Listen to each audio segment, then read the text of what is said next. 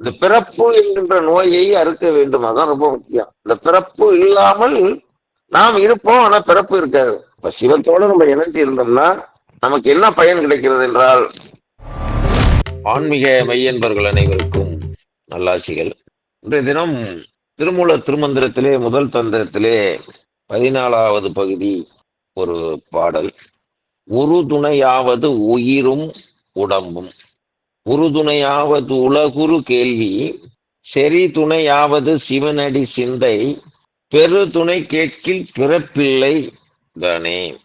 இப்போ உறுதுணை, ஒரு உறுதுணை அப்படின்னாக்க கடைசி வரை துணையாக இருப்பதுதான் உறுதுணை அப்படின்னு பேர். இப்போ கடைசி வரையும் துணை, உடம்புக்கு உயிர் என்பது துணையாக இருக்கிறது, அதுதான் உறுதுணை. இது எப்படி உடம்பும் உயிரும் ஒன்றை ஒன்று, இப்ப உயிர் போப்போது அப்படின்னா உடம்புக்கு நடுக்கம் ஏற்படும். ஏன்னா உயிர் வேற உடம்பு வேற. ஆனா உயிர் போப்பது அப்படின்னா போனா போயிட்டு போகுது அப்படின்னு உடம்பு நினைக்காது. அது மாதிரி உடம்புக்கு ஏதாவது ஒரு பிரச்சனை ஏற்பட்டுச்சுன்னா உயிருக்கு நடுக்கம் ஏற்படும். உடம்புங்கிறது வேற, உயிருங்கிறது வேற. ஆனா இது ரெண்டும் ஒன்றாதான் தெரியும், எல்லாருமே ஒன்னாதான் பார்க்க முடியும். இது இது உடம்பு இது வேற உடம்பு, இல்லைன்னா இது வேற உயிர் அப்படின்னு பார்க்க மாட்டோம். ரெண்டையும் ஒன்னாதான் பார்ப்போம். அதுதான் ஒரு துணை.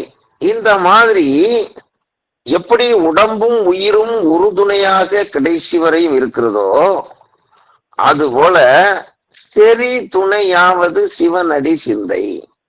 செறிவு அப்படின்னா ரொம்ப ஆழமான அப்படின்னு அர்த்தம். செறிவு அப்படின்னா அந்த சிவனுடைய அந்த துணை, இறைவனுடைய துணை இருந்துச்சுன்னா, செறி துணையாவது சிவனடி சிந்தை, பெரு துணை கேட்கில் பிறப்பில்லை தானே.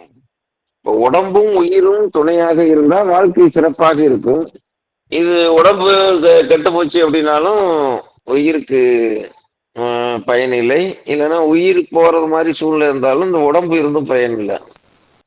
இது இரண்டும் சேர்ந்து இருந்தால் எப்படி வாழ்க்கை சிறப்பாக இருக்கிறதோ, அது போல நமது ஆன்மாவுக்கு சிவம் என்பது ஒரு துணையாக இருக்கிறது. பெரு துணை கேட்கில் பிறப்பில்லை தானே. இந்த துணையினால என்ன நடக்கும் அப்படின்னா, திருமூலர் என்ன சொல்றாரு? பிறப்பில்லை தானே. சிவத்தினுடைய தொடர்பு இருந்துச்சுன்னா இந்த பிறப்பு என்கின்ற ஒரு துன்பம் என்பது வராது. பிறப்பு என்பது குற்றமுடையது. ஏன் அப்படின்னா, பிறப்புல என்னென்ன குற்றம் அப்படின்னா, பசி, பிணி, மூப்பு, மரணம் என்கின்ற 4 குற்றங்கள் இருக்கிறது. பிறந்துட்டா பசிக்கும், பிறந்துட்டா நோய் வரும், பிறந்துட்டா மூப்பு என்பது வரும், பிறந்துட்டா சாக்காடு என்பது வரும். இது 4 குற்றமும் இல்லாததுதான் பிறப்பு இல்லை தானே. சிவத்தினுடைய துணை இருந்தால், எப்படி உயிருக்கும் உடம்பும் ஒன்றோடு ஒன்று துணையாக இருந்தால் இரண்டுக்கும் அந்த உலக வாழ்க்கை மகிழ்ச்சியுடையதாக இருக்கிறது. உலகத்துல மகிழ்ச்சியா வாழணும்னா உயிரும் உடம்பும் சேர்ந்து இருக்க வேண்டும். அது போல உதாரணம் கொடுக்கிறாரு. எப்படி உயிரும் உடம்பும் உறுதுணையாக இருக்கிறதோ, அது போல ஆன்மாவும் சிவமும் இணைஞ்சு இருந்துச்சுன்னா என்ன நடக்கும் அப்படிங்கிறாரு. பிறப்பில்லை தானே. பெரு துணை கேட்கி. இதனால அவரை அந்த பாடலே கேட்கிறாரு. இப்ப சிவனோட நீங்க சேர்ந்து இருக்கிறீங்களே, என்ன பயன் கிடைச்சிச்சு? பல பேர் சொல்லுவாங்க, நான் என்னைக்கு சிவன் கோயிலுக்கு போனோம்னா அன்னைக்கு அது பிறகு பிள்ளைக்கு திருமணம் நடந்துச்சு, எல்லாம் பிள்ளைக்கு வேலை கிடைச்சிச்சு, இல்லைன்னா என்னுடைய பிள்ளைகளுக்கு நோய் இருந்துச்சு, அதை சிவபெருமான் நீக்கி விட்டாரு அப்படின்னு சொல்லுவாங்க. நான் உள்ளபடியா திருமூலர் என்ன சொல்றாரு? ஏன் சிவனுடைய சிந்தை கிடைச்சிச்சு அப்படின்னா, சிவத்தினுடைய துணை நம்மளுக்கு இருந்துச்சு அப்படின்னா பிறப்பில்லை தானே. இந்த பிறப்பு என்கின்ற நோயை அறுக்க வேண்டும், அதான் ரொம்ப முக்கியம். இந்த பிறப்பு இல்லாமல் நாம் இருப்போம், ஆனா பிறப்பு இருக்காது. அதுதான் ஒளி உடம்பு அப்படிங்கிறது. நம்ம இருப்போம், ஆனா நமக்கு இந்த உடம்பு என்கின்ற ஒரு பிறப்பு இருக்காது. இந்த உடம்பு என்கிற பிறப்பு இருந்துச்சுன்னா இந்த 4 குற்றத்தோட அவங்க சிக்கிதான் ஆகணும். பிறப்புன்னு ஒண்ணு பசிங்கிறது ஒண்ணு வந்தே தீரும், பிணிங்கிறது நோய்ங்கிறது வந்தே தீரும், மூப்புங்கிறது வந்தே தீரும், சாவுங்கிறது வந்தே தீரும். பிறப்புன்னு இருந்தா அந்த 4 குற்றம் இருந்தே தீரும். இந்த 4 குற்றமும் இல்லாமல் நாம் இருக்க வேண்டும் என்றால், இப்ப சிவத்தோட நம்ம இணைஞ்சு இருந்தோம்னா நமக்கு என்ன பயன் கிடைக்கிறது என்றால், பிறப்பு இல்லை என்கின்ற ஒரு பயன் கிடைக்கிறது. அப்ப நம்மளுடைய நோக்கம் என்ன அப்படின்னா, பிறப்பை அறுத்தல் என்பதுதான் நம்முடைய நோக்கம். அதுதான் ஆன்மீகவாதியா இருக்கும். அதுக்குதான் சிவத்தை சார்ந்து இருக்கிறோம். அப்ப பிறப்பு இல்லை அப்படின்னா நம்ம என்ன நினைப்போம் இப்போதைக்கு, அப்ப பிறப்புங்கிறது உடம்புங்கிறது ஒண்ணு இல்லை அப்படின்னா அந்த உயிர்னால எப்படி தனியா இயங்க முடியும்? ஆக அதனாலதான் உதாரணத்தை இப்படி கொடுத்தாரு. உயிரும் உடம்பும் இணைந்து இருந்தால் ஒரு மனிதன் வாழ்க்கையை எப்படி பார்ப்பானோ, அது போல சிவமும் ஆன்மாவும் இணைந்து இருக்கும் பொழுது ஒரு அனுபவம் நம்மளுக்கு கிடைக்குதுங்கிறதுனால இந்த உதாரணத்தை அவர் கொடுத்தாரு. உயிரும் உடம்பும் சேர்ந்து இருந்தார். இந்த உலகத்தை எல்லாம் பார்க்கிறோம். நம்ம இந்த உலகத்தில் இருக்கிற எல்லா வகையான அனுபவங்களையும் நாம் எப்படி பெறுகிறோமோ, உயிரும் உடம்பும் சேர்ந்து இருந்தா, அதே போல ஆன்மாவும் சிவமும் சேர்ந்து இருந்தால் ஒரு அனுபவத்தை நாம் பெற முடியும். அந்த அனுபவங்களை நாம் பெற்றுக் கொண்டிருக்கும் இன்னொரு கேள்வி வரும். அப்ப சிவத்தோட நம்ம ஆன்மா சேர்ந்து இருக்கும்போது அப்ப இந்த உடம்பு இருக்குமா இருக்காதா? அந்த கேள்வி வந்துடக்கூடாதுன்னு தான் பிறப்பு இல்லை தானே, அப்படின்னு இந்த உடம்பு தேவையில்லை. இறைவனோடு நம்ம ஆன்மா இணைந்து விட்டால் நமக்கு இந்த உடம்பு என்பது தேவையே இல்லை. இந்த உடம்பு தேவைப்படாது. அதனாலதான் பிறப்பு இல்லை தானே. இது ரெண்டும் சேர்ந்துச்சு அப்படின்னா அப்புறம் அந்த உடம்பு இருக்கணும் அப்படிங்கிறது அவசியம் இல்லை. உடம்பை பத்தி நம்மளுக்கு கவலை இல்லை. இந்த பாடல்ல ரெண்டு ஒரே நேரத்துல சொல்லிட்டாரு. அப்ப சிவத்தோட ஆன்மா சேர்ந்து விட்டால் உடம்பு தேவையா அப்படின்னா உடம்பு தேவையில்லை. உடம்பு தேவை இல்லாத உயிருக்கு கட்டாயமா உடம்பு தேவை. ஏன் இங்க உயிர்ந்து பிரிச்சாரு அப்படின்னா அது அங்க ரொம்ப ஆழமான ஒரு செய்தி. நீ ரொம்ப நுட்பமா பார்க்கணும். இங்க சரி துணையாவது சிவனடி சிந்தை அப்படின்னு தான் போட்டாரு. ஒரு அந்த உயிர் போய் சிவத்தோட இணையுது அப்படின்னு சொல்லல. அதுதான் அங்க உயிர் உடம்போட தான் செய்யறோம். ஆனா சிவனடி சிந்தை பெருதுணை கேட்கில் பிறப்பில்லை தானே. உயிருங்கிறதும் ஆன்மாங்கிறது என்ன அப்படிங்கறத நீங்க பிரிச்சு பார்க்கணும். அப்ப ரெண்டு பேரும் உங்களுக்கு ஒன்னாதான் தெரியும். உயிர்னா என்ன, ஆன்மானா என்ன. இந்த உயிர்ங்கிற வார்த்தை எப்படி உயிரும் உடம்பும் அப்படின்ற உயிர்ங்கிற வார்த்தை இதனால வந்துச்சு. ஆன்மாங்கிறது வேற, உயிருங்கிறது வேற. உயிர் அப்படிங்கிறது என்னன்னா உயிர்ப்பு அப்படிங்கிற வார்த்தையிலேருந்து வந்ததுதான் உயிர். உயிர்ப்பு அப்படின்னா என்னன்னா அசைந்து கொண்டே இருப்பது அப்படிங்கிற பேரு. அப்ப ஒரு மனுஷனுக்கு உயிர் போச்சு அப்படின்னு சொல்லுவாங்க. ஆன்மா போச்சுன்னு யாரும் சொல்றது கிடையாது. உயிர் போச்சு அப்படின்னு தான் சொல்லுவாங்க. எந்த ஒரு மனுஷனே அவருக்கு ஆன்மா வெளியே போச்சுங்க அப்படின்னு சொல்ல முடியாது, சொல்ல மாட்டாங்க. ஆன்மா அந்த உயிர் போச்சு. உயிர்னா என்னன்னா மூக்கை தொட்டு பார்க்கும்போது அங்க எந்த ஒரு அசையும் இல்லை, சுவாசம் உள்ள போயிட்டு வெளியில வரல அப்படின்னா அப்ப உயிர் போச்சு. அந்த உயிர்ப்பு போச்சு அப்படிங்கிறதுதான் உயிர் போச்சு அப்படின்னு சொல்லுவாங்க. அந்த உயிர்ப்பு அப்படிங்கிறது அசைந்து கொண்டே இருக்கின்ற காற்று. அந்த அசைந்து கொண்டே இருக்கிற காற்றுக்கு பேரு உயிர்ப்பு. அந்த உயிர்ப்பு தான் உயிர்னு வந்தது. ஆன்மா அப்படிங்கிறது என்ன அப்படின்னா மெட்டீரியலா அது ஒரு இதான்னு சொல்ல முடியாது. ஆன்மா அப்படிங்கிறது தான் நம்ம. அது எப்படி அது கடவுள். இப்ப கடவுள் அது என்ன செம்பா இருப்பாரா இரும்பா இருப்பாரான்னு எப்படி சொல்ல முடியாதோ அது மாதிரி ஆன்மா அது ஒரு நெருப்பு. எப்படி சின்ன நெருப்பு ஆன்மா, பெரிய நெருப்பு சிவம். அதான் அப்படிதான் சொல்ல முடியும். நமக்குள்ள ஒரு நெருப்பு, ஒரு சின்ன நெருப்பு இருக்கு. அந்த நெருப்பு அது அது எப்பவுமே அந்த நெருப்பை அணைக்க முடியாது. அந்த நெருப்பு தான் இறைவன். சிவபெருமானும் நெருப்பாதான் இருக்காரு, நம்ம ஆன்மாவும் நெருப்பாதான் இருக்கு. அந்த நெருப்பு என்ன ஆயிரும், அப்ப அந்த உயிர்ப்பு போச்சு அப்படின்னா நெருப்பு அப்படிங்கிறது அந்த உடம்புல இருக்காது. அந்த உடம்புல நெருப்பு இல்லைன்னா ஆன்மா இல்லை. நம்ம அந்த பிரேதத்துல என்ன இருக்கும், குளிர்ந்து போயிடும். அந்த நெருப்புங்கிறது இருக்காது. அந்த நெருப்பு சுட்டுக்கிட்டே இருந்து உடம்பு பூரா நம்ம தொட்டு பார்த்தோம்னா ஒரு 88.4 டிகிரி ஃபாரன்ஹீட் இருக்கு. அந்த நெருப்பு அது எங்க இருந்து வருதுன்னா ஆன்மாவில இருந்து வருது. அந்த சூடு தான் நம்ம உடம்பு பூரா நிறைச்சிருக்கும். அந்த உயிர் நெருப்பு அந்த அந்த அந்த உயிர்னு உள்ளபடியா அதை சொல்ல உயிர் நெருப்புன்னு சொல்லக்கூடாது. அந்த நெருப்பு அந்த ஆன்மா சிவம் என்கின்ற ஒரு நெருப்போட சேரும் பொழுது, ஒரு சிறிய நெருப்பு பெரிய நெருப்போட சேரும் பொழுது அங்கே என்ன ஆகும்? பிறப்பு என்பது எடுக்க வேண்டிய அவசியம் இல்லை. சிவம் சேராததுனாலதான் நம்மளுக்கு பிறவி என்பது கிடைத்தது. இப்ப நம்ம கிட்ட அது சிவத்தன்மை தான் இருக்கே தவிர, நம்ம சிவமாம் தன்மையில தான் இருக்கிறோமே தவிர, சிவத்தோடு நாம் இணையவில்லை. அந்த சிவத்தோடு நாம் இணைந்து விட்டால் நமக்கு அப்ப இந்த பிறவி அப்படிங்கிற நோய் வராது. இப்ப உயிரும் உடம்புல இருக்கு. அந்த உயிருக்கு எது தேவைன்னா அந்த நெருப்பு தேவை. ஆன்மாவினுடைய நெருப்பு இருந்தாதான் அந்த உயிர். அந்த உயிருங்கிறது என்ன? அந்த நெருப்போட சேர்ந்த ஒரு காத்து. நெருப்பும் இப்ப நீங்க நல்லா தெரிஞ்சுக்கலாம். நெருப்பும் காற்றும் சேர்ந்த ஒரு கலவை அப்படிங்கிறது அந்த உயிர். அப்பதான் அந்த மூக்குல அந்த இது ஓடிக்கிட்டு இருக்கும். அந்த அந்த மூச்சு ஓட்டங்கிறது இருந்துகிட்டு இருக்கும். அந்த மூச்சு ஓட்டம் தான், அந்த மூச்சு ஓட்டத்துக்கு பேர் தான் உயிர். அந்த மூச்சு ஓட்டமும் உடம்பும் எப்படி கடைசி வரையும் இணைந்தே இருக்கிறதோ அது போல அப்ப என்ன ஆயிருது? அந்த ஆன்மாங்கிற அந்த வெப்பம் அந்த உயிருக்கு கிடைக்கல அப்படின்னா அந்த மூச்சு காத்து தனியா இயங்க முடியாது. அதுக்கு ஒரு வெப்பம் தேவை. ஆன்மாவுக்கு ஒரு வெப்பம் தேவை. அந்த ஆன்மா இறைவனோடு சேர்ந்து விட்டால், சிவத்தன்மையோடு சேர்ந்து விட்டால் அது சிவமாம் நிலையை பெற்று விட்டார். சிவத்தன்மையோடுங்கிறதை விட சிவமாம் நிலையில் அதனோடு இணைத்துக் கொள்ளும் பொழுது பிறப்பில்லை தானே. பிறப்பு என்பது நமக்கு ஏற்படாது என்பதுதான் இந்த பாடலுடைய உட்கருத்து.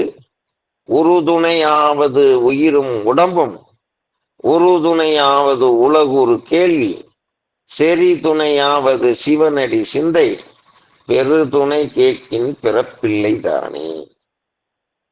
அந்த நம்ம ஆன்மாவுக்கு அந்த சிவமாம் நிலைப்பாட்டை வழங்கும் பொழுது நமக்கு உடம்பு என்பது தேவைப்படாது. உடம்பு இல்லாமலேயே நாம் அந்த இறை தன்மையோடு நம்ம இருப்போம்.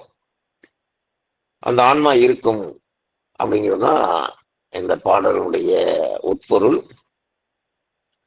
அப்ப இறைவனுடைய துணை என்பது ரொம்ப அவசியம். இறைவனுடைய துணை இருந்தால் நாம இந்த உடம்பு அப்படிங்கிற, ஏன்னா உடம்பு அப்படிங்கிறது பஞ்சபூத இணைப்பு தான். நிலம், நீர், நெருப்பு, காற்று, வானம்ங்கிற பஞ்சபூத கலவை தான் உடம்புங்கிறது. நம்ம உடம்புக்குள்ளேயே தண்ணீர் இருக்கு, நம்ம உடம்புக்குள்ளேயே காற்று இருக்கு, நம்ம உடம்புக்குள்ளேயே மண் இருக்கு, நம்ம உடம்புக்குள்ளேயே ஆகாயம் இருக்கு, நம்ம உடம்புக்குள்ளேயே நெருப்பு இருக்கு. இந்த பஞ்சபூத கலவையெல்லாம் ஒரு சேர்த்து வைக்கும் பொழுது நம்ம உடம்பா மாறுது. அதையே இந்த பஞ்சபூத கலவை இருந்தாதான் அதுக்குள்ளதான் இந்த உயிர் துகள் அந்த ஆன்மாவோடு சேர்ந்து இருக்க முடியும். இதுல என்ன ஒரு பிரச்சனை வருதுன்னா, இந்த பஞ்சபூத உடம்புல நம்ம குற்றம் என்பது இருக்கு. எக்ஸ்பைரி டேட்டு பிறந்த அன்னைக்கே நமக்கு உருவாகிருது. எவ்வளவு நாளைக்கு இந்த வண்டி தாக்கு பிடிக்கும், 85 வயசா, 90 வயசா, 100 வயசா அப்படிங்கிறது ஒரு எக்ஸ்பைரி டேட் உருவாகிருது. ஆனா சிவத்தன்மை, சிவ வெப்பம் நம்மளுக்கு அந்த ஆன்மாவோடு சேர்ந்துருச்சு அப்படின்னா அதுக்கு எக்ஸ்பைரிங்கிறதே கிடையாது. நமக்கு ஆயுள் என்பதே கிடையாது, ஆயுள் நிர்ணயம் என்பதே கிடையாது. அப்ப நம்முடைய நோக்கம் சிவத்தோடு இணைந்து கொள்வதுதான் என்பதுதான் இந்த பாடல். இதன் பேரில் இருக்கிற உங்களுடைய சந்தேகங்களை நீங்கள் கேட்கலாம். சாமி சாமி சாமி சிவத்தன்மையில சிவமான் தன்மையில இருக்கிறதுக்கும் சிவனோட நிலைப்பாட்டுல இருக்கிறதுக்கும் என்ன சாமி, எப்படி அது வித்தியாசப்படுத்தி பார்க்க? சூப்பரான கேள்வி. சிவமாம் தன்மை அப்படிங்கிறது அந்த இறைவனுடைய 8 குணங்களை மட்டும் இறைவன் கொடுப்பாரு. தன்மயத்தனாதல், தூய உடம்பினாதல், இயற்கை உணர்வினாதல், இயல்பாகவே பாசங்களில் இருந்து விடுபடுதல், முற்றுமறிதல், பேரருளுடைமை, முற்றுமறிதல், பேரருமை, வரம்பில் இன்பமுடைமை, முடிவில் ஆற்றலுடைமை அப்படிங்கிறது மொத்தம் 8 பண்பு. இந்த 8 பண்பும் இந்த உடம்புக்கும் உயிருக்கும் இறைவன் கொடுக்கிறது. அப்ப அப்ப சிவமாம் தன்மை, அப்ப அங்க உடம்பு இருக்கும், அங்க உயிர் இருக்கும், அங்க சிவத்தன்மை அங்க இருக்கும். ஆனா அப்ப நம்ம இந்த உடம்பு போச்சு அப்படின்னா சிவம் கலந்துட்டாரு அப்படின்னா முக்தி அப்ப மாணிக்கவாசகர் சொல்லுவார், முக்தி நெறி அறியாத மூடரோடு முயல்வினை பக்தி நெறி அறிவித்து பல வினைகள் பாருமன்னம் சித்தமெல்லாம் அறிவித்து சிவமாக்கி எனை ஆண்ட அத்தன் எனக்கு அருளியவாறு யார் பெறுவார் அச்சோவே. சிவமாக்கி எனை ஆண்ட அப்படிங்கிற போது அங்க என்னன்னா சிவம் அவர் எப்படி ஒரு ஒளி உடலோ அந்த ஒளி உடலை நம்மளுக்கு கொடுத்துருவாரு. அந்த ஒளி உடல் அப்படிங்கிறது அந்த ஆன்மாவுக்கு கிடைச்சிடும். அந்த ஆன்மாவுக்கு கிடைச்சுன்னா அந்த ஒளி உடல்ல இப்ப இப்ப இப்ப ஒரு இப்ப சூரியன் அப்படிங்கிறது என்னன்னா அது ஒரு ஒளி உடல். இப்ப நட்சத்திரங்கள் வானத்துல இருக்கு, நட்சத்திரங்கள்லாம் எப்படி இருக்குன்னா அதுக்கு இது மாதிரி நம்ம மாதிரி ரத்தம் எல்லாம் ஓடுறது கிடையாது நட்சத்திரத்துக்கு. அது ரத்தம் சதை எலும்பு இதோட நட்சத்திரம் இருக்கிறது கிடையாது. அது என்னன்னா அதுக்கு ஒரு ஒளி உடல். ஒளி இருந்தால் இந்த பிரபஞ்சத்துல ஒரு பொருள் நிலைத்து வாழ வேண்டும் என்றால் அதற்கு ஒளி இருக்க வேண்டும். ஏன் இப்ப வைரத்தை நாம அதை போற்றுகிறோம், அதுக்கு ஏன் அவ்வளவு விலை கொடுத்து நம்ம இது பண்ணோம்னா அதுக்கு ஒரு ஒளி தக்க வச்சிருக்கு. அந்த அந்த அந்த அந்த ஒளியை அந்த உள்ள அந்த வைரம் தன்னகத்தை வச்சிருக்கிறதுனாலதான் அது வைரக்கல் இவ்வளவு விலை உள்ளதாக அது போயிருக்கு. பல ஆயிரக்கணக்கான ஆண்டுகள் அந்த அந்த வெப்பத்தை அது உள்ள வாங்கி அந்த ஒரு கறிக்கட்டை, சாதாரண ஒரு கறிக்கட்டை பல லட்சக்கணக்கான ஆண்டுகள் இருந்து அது வைரமா மாறுது. அது போல எப்படி ஒரு வைரம் அந்த ஒரு சாதாரண கரித்துண்டு அது வைரமாக மாறுகிறதோ அது போல நமது ஆன்மா அந்த இறைவனை சார்ந்து சார்ந்து சார்ந்து அந்த இறைவன் நமக்கு ஒளி உடலை நம்மளுக்கு கொடுத்துட்றாரு. சிவமாக்கி எனை ஆண்ட, சிவமாக்கி அப்படின்னா அப்ப சிவத்தோட நம்ம கலந்துட்டோம் அப்படின்னா அப்ப நம்ம கரைஞ்சு போயிட்டோம். அப்படி இப்ப தண்ணி ஒரு கடல்ல போய் சேருது, கடல்ல போய் சேர்ந்துச்சுன்னா அந்த தண்ணி ஆத்து தண்ணி இப்ப கங்கை போய் கடல்ல போய் சேர்ந்துச்சுன்னா அந்த மூலையில கங்கை இருக்கு, இந்த மூலையில காவேரி இருக்கு, அந்த மூலையில நர்மதா இருக்கு அப்படின்னு சொல்ல மாட்டோம். ஒரே கடல்ல அது கடலோட ஐக்கியம் ஆயிடுச்சு அப்படின்னா அப்புறம் அது ஒட்டுமொத்தமா கடல் தான். அப்படி நம்ம உயிர் போய் சிவத்தோட கலந்து போச்சுன்னா முடிஞ்சு போச்சு, இறைவனோட கலந்துருச்சு அப்படின்னு இல்லை. அங்க என்ன சொல்றார் மாணிக்கவாசகர், சிவமாக்கி என்னை ஆண்ட.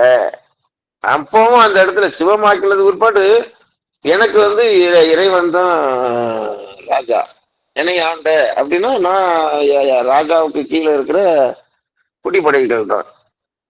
சிவமாக்கி என்னை ஆண்ட. சைவம் என்ன சொல்லுது, சைவ நெறி இப்ப அத்வைதத்துக்கும் அந்த சைவ சித்தாந்தத்துக்கும் என்ன வித்தியாசம் அப்படின்னா அத்வைதம் என்ன சொல்லுது அப்படின்னா இறைவன் இரண்டரை கலந்துருவாரு. நீங்க கடல்ல போய் சேர்ந்தீங்கன்னா சேர்ந்தது அதோட சரி முடிஞ்சு போச்சு, அப்புறம் அது ஒட்டுமொத்தமா கடல் ஆயிரும். ஆனா மாணிக்கவாசகர் என்னன்னா அப்படியெல்லாம் கடல் மாதிரி இருப்போம், கடலுடைய தன்மையோடு இருப்போம். ஆனா அங்க நம்ம வேறதான், இறைவன் வேறதான். நம்ம என்னை ஆண்ட அங்கேயும் நம்மளுடைய தனித்துவம் என்பது இருக்கு. இறைவன் நமக்கு தலைமையாக இருக்கிறார். அததான் திருமூலர்ல இருந்து எல்லாருமே பிறப்பு இல்லை தானே, இறைவனுடைய துணை இருக்கும் பொழுது நம்மளுக்கு பிறப்புங்கிற ஒண்ணுதான் இருக்காதே தவிர நம்மளுடைய தனித்துவத்தை நம்ம இழந்துட மாட்டோம். திருமூலர் இருக்கிறாரு அப்படின்னு சொல்றோம், 18 சித்தர்கள் இருக்கிறாங்கன்னு சொன்னோம். அவங்க சிவத்தோட போய் கலந்துட்டாங்க, அப்புறம் என்னதுக்கு, அதான் அவங்க இருந்தாங்க போய் சிவத்தோட கலந்துட்டாங்க, அப்புறம் எதுக்கு அவங்கள பத்தி பேசி என்ன பிரயோஜனம்? அது கடலா ஒன்னும் ஆகி போச்சுல, தண்ணி ஆகி போச்சுல, கங்கைன்னு சொன்னீங்க போய் கடல்ல போய் சேர்ந்துருச்சுல, கடல்ல போய் சேர்ந்தோம்னா இது கங்கை தண்ணி இது தாமிரபரணி தண்ணி நான் சொல்ல முடியும்? அது கடல்ல போய் சேர்ந்தா ஒட்டுமொத்தமா எல்லாம் கடல் தான். அந்த மாதிரி கிடையாது. நமக்கு அகத்தியர் அப்படின்னா கடைசி சொல்லி அகத்தியர் தான், திருமூலர்னா அது கடைசி சொல்லி திருமூலர் தான். ஆன்மானா அது இன்னைக்குமே ஆன்மாதான். அதனால பதியினை போல பசு பாசம் அனாதி அப்படின்னு திருமூலர் அங்க எடுக்கும்போது ஆரம்பிக்கும் போது இதெல்லாம் ஒன்று சேரலாம் ஒன்றெல்லாம் போய் சேராது. பதியினை போல பசுவும் பாசமும் அனாதி அப்படிங்கிறாரு. அனாதினா தனித்ததுதான். நம்மளுடைய பசு அப்படின்னா ஆன்மான்னா அது இன்னைக்கும் தனிதான். அது எத்தனை கோடி ஆண்டுகளாக இருந்தாலும் சரி. இப்ப வேதாந்தத்துக்கு சித்தாந்தத்துக்கு என்ன பிரச்சனை வந்தது அப்படின்னா, வேதாந்தம் என்ன சொல்லுது அப்படின்னா, நீங்க போய் இறைவனோட கலந்துட்டீங்கன்னா முடிஞ்சு போச்சு உங்க கதை. அதோட வந்து அது கடல்ல சங்கமம் ஆயிரும். அதோட முடிஞ்சு போச்சு. அப்ப அந்த பிரம்மசூத்திரத்துல இந்த பிரச்சனை வருது. இப்ப என்ன 3 பேரு ஆதிசங்கரர் பிரம்மசூத்திரத்துக்கு உரை எழுதுறாங்க. உரை எழுதும்போது முதல்ல மத்துவாச்சாரியார் வர்றாரு. அவர் என்ன சொல்றாரு அப்படின்னா, இந்த தத்துவம் அசி அகம் பிரம்மம் இதுக்கு உரை எழுதும்போது அவர் என்ன ஒரு முடிவுக்கு வர்றாரு அப்படின்னா, மத்துவாச்சாரியார் என்ன முடிவுக்கு வர்றாருன்னா, ஜீவாத்மாங்கிறது வேற, பரமாத்மாங்கிறது வேற, இது ரெண்டும் தனித்தனியா தான் இருக்கும். அதுதான் அகம் பிரம்மாஸ்மி, அகம் பிரம்மாஸ்மி தத்துவமசிங்கிறது அதுதான் சொல்லுது அப்படின்னு சொல்லி அவர் காலத்துல அவரை எதிர்த்து யாரும் பேச முடியல. மத்துவாச்சாரியார் காலத்துல. அதுக்கு ஒரு பேர் ஆதிசங்கரர் வர்றாரு. அதெல்லாம் கிடையாது, இது வந்து ஜீவாத்மா வேற பரமாத்மா வேறையாக தொடங்கினாலும் பரமாத்மாவோட நம்ம ஜீவாத்மா போய் சேர்ந்துச்சுன்னா அது ஐக்கியமாயிரும், அது எல்லாம் ஒன்று சேர்ந்துடும் அப்படின்னு சொல்லி ஆதிசங்கரர் ஒரு விளக்கம் கொடுக்குறாரு. அவர் காலத்துல அவரை யாரையும் எடுத்து பேச முடியல. மண்டல மித்திரர் என்னென்னமோ இது பண்ணி பாக்குறாங்க, அவரை ஜெயிக்க முடியல. அப்புறம் 2 பேரும் இது பண்ணது ஒரு படம். அப்புறம் ராமானுஜர் வர்றாரு, விசித்தாத்வைதம் அப்படின்னு வர்றாரு. அவர் என்ன சொல்றாரு, ஜீவாத்மா வேறதான் பரமாத்மா வேறதான், ஆனாலும் வந்து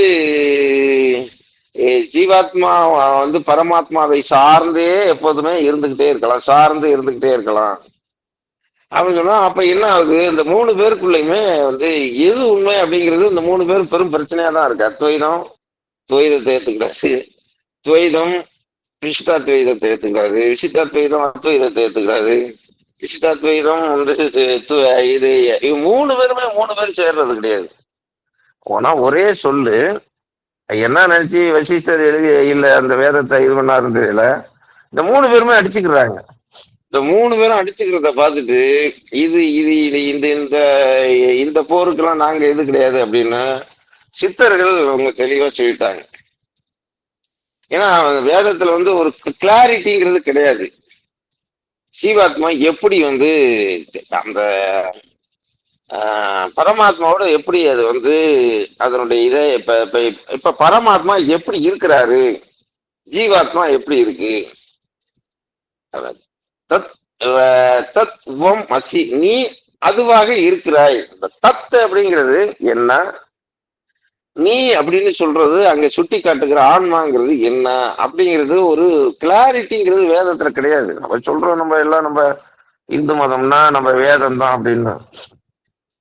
வேதம்ங்கிறது கடைசியில வந்து குழப்பத்துக்கு விடை இது பண்ண நீ நீ நீ தேடுகிறது அங்க இருக்கு, நீ தேடுகிறது நீ தேடுகிறது அங்க இருக்கு, நீ தேடுகிறது அங்க இருக்கு, தேடுகிறது அங்க இருக்கு அப்படின்னு சொல்லிட்டு கடைசியில தேடி விட்டு நீ நீ தேடுறது பூரா எல்லாம் உனக்குள்ளேதான் இருக்கு.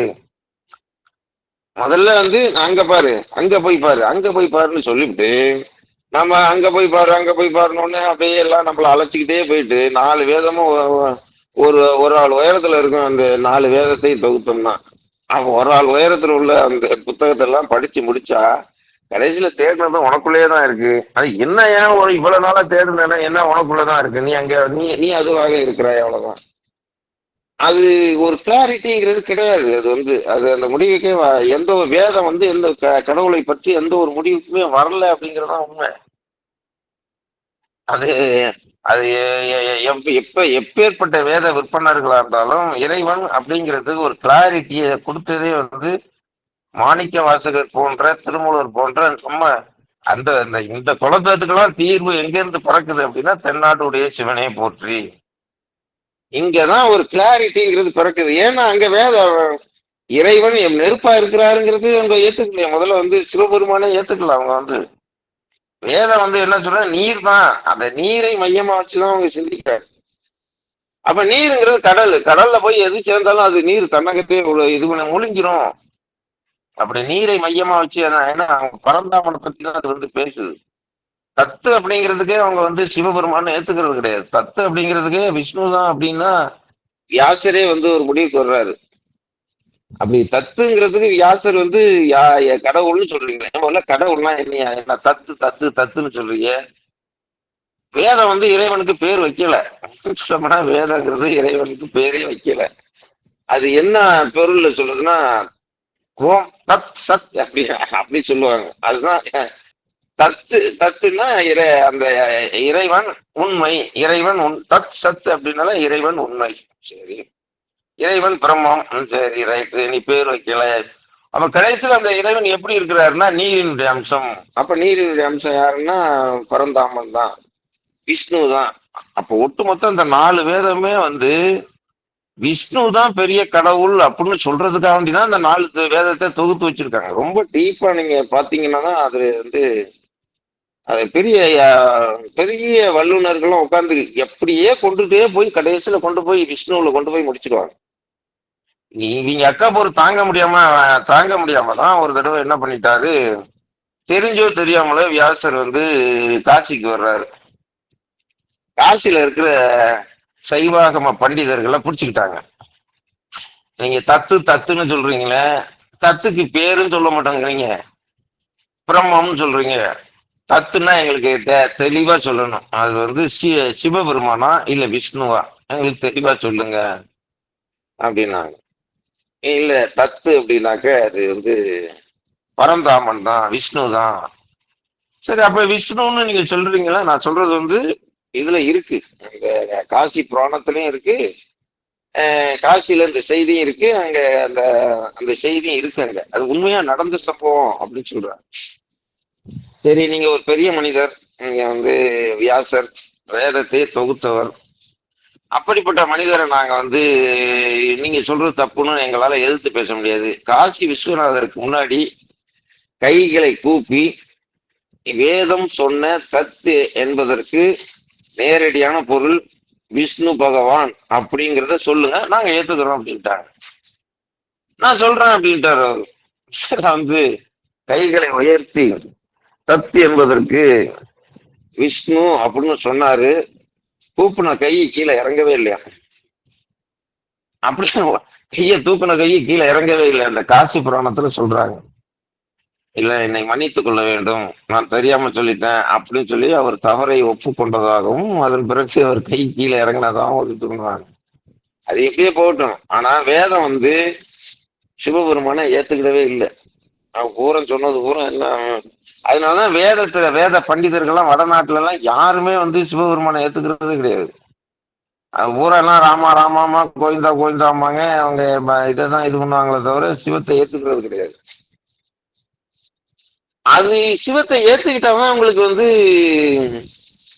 ஜீவாத்மா பரமாத்மா ஐக்கியத்தை பத்தி பேச முடியும். இல்ல அப்படின்னா பேச முடியாது. ஏன்னா தண்ணி அப்படிங்கிற போது தண்ணியில நீங்க வந்து ஏதோ நம்ம எல்லாம் ஒரு கங்கை, நம்ம எல்லாம் ஒரு காவிரி, ஆனா கடல்ல போய் சேர்ந்துட்டோம்னா எல்லாம் சங்கமம் ஆயிடும் அப்படின்னு சொல்லி முடிச்சிடுறாங்க. அதனாலதான் வந்து இந்த 3 பேருமே வந்து ஒரு முடிவுக்கு வர முடியாத ஒரு சூழல் ஏற்பட்டது. ஆனா சைவம் அப்படி இல்லை.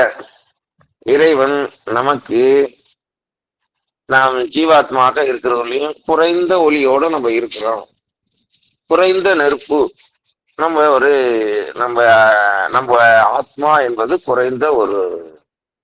அதனாலதான் நம்ம வந்து இந்த ஆத்மா அப்படிங்கிற கூத்தன் புறப்பட்டு போன இக்கூட்டிற்கே கூத்து உகந்தானே அப்படின்னு கூத்தன்கிற வார்த்தை எதுக்கு வந்துச்சு தெரியுமா?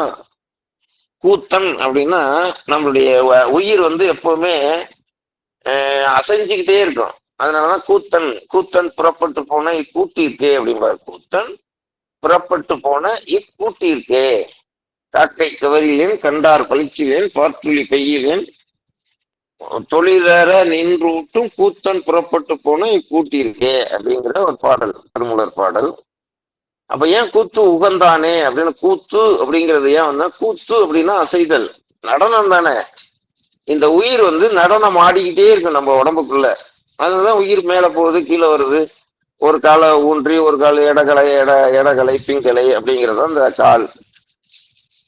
அதனாலதான் இங்கதான் வந்து அந்த நெருப்பாக இறைவன் இருக்கிறார், ரைட்டு. அப்ப அந்த உடம்பு போச்சு. உடம்பு போச்சுன்னா என்ன பண்ணுவாரு? இறைவன் ஒரு ஒளி உடலை கொடுப்பார். அப்ப ஒளி உடலை கொடுத்துட்டாரு அப்படின்னா, நம்ம இப்ப நம்ம எப்படி வானத்துல நட்சத்திரம் கோடிக்கணக்கான நட்சத்திரமா இருக்கிறோமோ அதே மாதிரி நாம் ஒரு நட்சத்திரமா இருப்போம். அப்ப அந்த ஒளி உடல் இருக்கிறது வரையும் நட்சத்திரமா இருப்போம். அப்ப அந்த ஒளி உடல் முடிஞ்சு போச்சு ஊழி காலத்துல. அப்ப ஊழி காலத்துல நம்ம வந்து எல்லாத்தையும் ஒடுக்கிடுவாரு. ஒடுக்கிட்டு மீண்டும் வந்து அந்த ஆன்மா சின்ன சின்ன துகளா இருக்கும், ஒளி துகள். அப்புறம் இறைவனை சார்ந்து அத ஒளி உடல் நமக்கு கிடைக்கிறது. நம்ம சைவம் தான் அதை அறுதிட்டு சொன்னது. நாம் வந்து ஒரு ஆன்மாவா இருக்கிற நாம் ஒளி உடலை பெற வேண்டும். அப்படி இல்லைன்னா மறுதடவை இந்த பஞ்சபூத உடலை கிடைக்கும். ஒண்ணு பிறவி கிடைக்கும், அப்படி இல்லைன்னா ஒளி உடல் கிடைக்கும். இதுதான் முடிவுங்க அப்படின்னு தெளிவா சொல்லிட்டாங்க. ஒன்று ஒளி உடல் கிடைக்கும், அப்படி இல்லைன்னா பரு உடல் கிடைச்சா பிறப்பு. அதான் பிறப்பில்லை தானே, பிறப்பில்லை தானே, பிறப்பா இருக்க வேண்டும், பிறப்பா இருக்க வேண்டும். அப்ப அத வள்ளுவர்லாம் அவங்க பிறப்பு அறுக்கல் உற்றார் அப்படிங்கிற வார்த்தையை சொல்லுவாரு. பிறப்பு அறுக்கல் உற்றாருக்கு உடம்பு மிகை. பிறப்பு அறுத்தல், நமக்கு வந்து நம்மளுடைய நோக்கமே வந்து பிறப்பை அறுத்தல். அந்த வேதத்தை படிச்சவங்க வந்து பிறப்பு அறுத்தல்ங்கிற வார்த்தையை பயன்படுத்த மாட்டாங்க. பிறவியை அறுக்க வேண்டும் அப்படின்ட்டு நீங்க போய் வேதாந்திக்கிட்ட போய் பேச முடியாது. ஏன் பிறப்பு இருக்குன்னு? ஒவ்வொரு பிறப்பும் இறைவனை சார்ந்து நம்ம இருக்கணும்னு நினைக்கும் போது ஏன் பிறப்பு இருக்குன்னு சொல்றீங்க? ஏன்னா நீங்க நல்லா தெரிஞ்சுக்கணும், வேதாந்திக்கிட்ட எதை பேசணுமோ அதுதான் பேசணும். அவன்கிட்ட போய் உங்க நோக்கம் என்ன அப்படின்னா பிறப்பா இருக்க நோக்கம் அப்படின்னா அவன் ஏத்துக்க மாட்டான். ஏன் பிறப்பா இருக்கணும்? ஒரு வைணவர்கிட்ட நீங்க போய் இதை பேச முடியாது. நீங்க வந்து நான் வந்து எனக்கு பிறவி வேண்டாம்னு நினைக்கிறேன், எனக்கு பிறப்பா இருக்கு வேண்டாம், நான் பிறப்பா இருக்க வேண்டும் அப்படின்னா நீங்க குழம்புறீங்க. நீங்க வந்து பிறப்பு இல்லாம எப்படி இருக்கிறது? நம்ம அந்த உயிர் எப்படி இருக்கும்? மீண்டும் மீண்டும் பிறப்பு வந்துகிட்டே தாங்க இருக்கும் அப்படின்னு அவங்க வந்து. சைவத்துக்கும் வைணவத்துக்கும் சில அடிப்படை வித்தியாசம் இருக்கு, நம்ம அவர்கள் நல்லா தெரிஞ்சுக்கணும். வேதம் சொல்றது வேற, நம்ம சைவ சித்தாந்திகள் சொன்னது வேற. வேதம் சொன்ன கடவுள் வேற, நம்ம சைவம் சொன்ன கடவுள் வேற. ஆனா வந்து நம்ம எல்லாம் வந்து இப்ப எப்படின்னா கருவாட்டு குழம்பும் சாம்பாரும் இணைச்சு பாக்குறோம், ஒன்னா போட்டு சாப்பிட்டு நம்ம பழகிட்டோம். அதனால நம்மளுக்கு வந்து வேதம் என்ன சொன்னுச்சு, சைவம் என்ன சொல்லியிருக்கு, நம்ம சித்தர்கள் ஞானிகள் என்ன சொன்னாங்க அப்படின்னு நம்மளுக்கு அந்த வித்தியாசம்லாம் நம்மளுக்கு இன்னும் தெரியல. எது வேதம் சொல்லியிருக்கு, எது சைவம் சொல்லியிருக்கு அப்படின்னு. அதனாலதான் இந்த ஏன் பிறப்பில்லை தானே அப்படின்னு சொல்றாருன்னா, இத வந்து வடநாட்டுல நீங்க பேச முடியாது. திருமூலர் சொல்லியிருக்காருன்னா பிறப்பு இல்லை. அப்ப பிறப்பு இல்லைன்னா எப்படிங்க இருக்கிறது அப்படின்னு கேட்டா ஒளி உடல். அந்த ஒளி உடல், அந்த சிவம் வந்து ஒளியா இருக்காரு. அவர் அதுல கொஞ்சம் நம்மளுக்கு தேவையான ஒளியை கொடுத்து நம்மளுக்கு ஒரு நட்சத்திரம் மாதிரி நம்மளை வந்து இது பண்ணுவார். அவ்வளவுதான். நம்ம ஆன்மா இருக்கும், நம்ம ஆன்மாவுக்கு ஒரு ஒளி கிடைக்கும். அந்த ஒளியோட நம்ம இருந்துகிட்டே இருப்போம். இப்ப நீங்க இவரை பார்க்கணும்னு, அகத்தியரை பார்க்கணும்னா ஒளியா தான் நீங்க பார்க்க முடியும். திருமூலரை நீங்க பார்க்கணும் அப்படின்னா ஒளியா தான் பார்க்க முடியும். ஏன்னா அந்த உடல்ல தான் இருக்கிறாங்க, அவங்க வந்து ஒளி உடல்ல இருக்கிறாங்க. அந்த குழப்பம் எல்லாம் இருக்கக்கூடாது அப்படின்னா வள்ளலார் இருந்து என்ன பண்ணாருன்னா அருப்பெருஞ்சோதி, அந்த அருப்பெருஞ்சோதியில் கலந்தேன் அப்படிங்கிற வார்த்தையை அவர் இது பண்றார். ஜோதி அதான் கற்பனை கடந்த ஜோதி. இந்த பிரச்சனை வருது, இறைவனுக்கு பேர் வச்சுக்கிட்டு இருக்குது குழப்பமா இருக்கு. ஏன்னா வேதாந்தி குழப்புறாங்க அப்படின்ட்டு தான் அது வந்து அந்த இறைவன் ஜோதியாக இருக்கிறார். அந்த ஜோதியை நம்மளுக்கு கொடுக்கிறார். நமக்கு குறிப்பிட்ட அளவு ஜோதியை கொடுத்துட்டா நம்ம உடம்பு தனியா உடம்பாயிரும். அதுதான் பிறப்பு இல்லை தானே. நமக்கு பிறப்பு என்பது பஞ்சபூத தேகம் இல்லை என்ற செய்தியை சொல்லி இருக்கிறாரு. நல்ல கேள்வி கேட்டீங்க பாசு. நன்றி சாமி.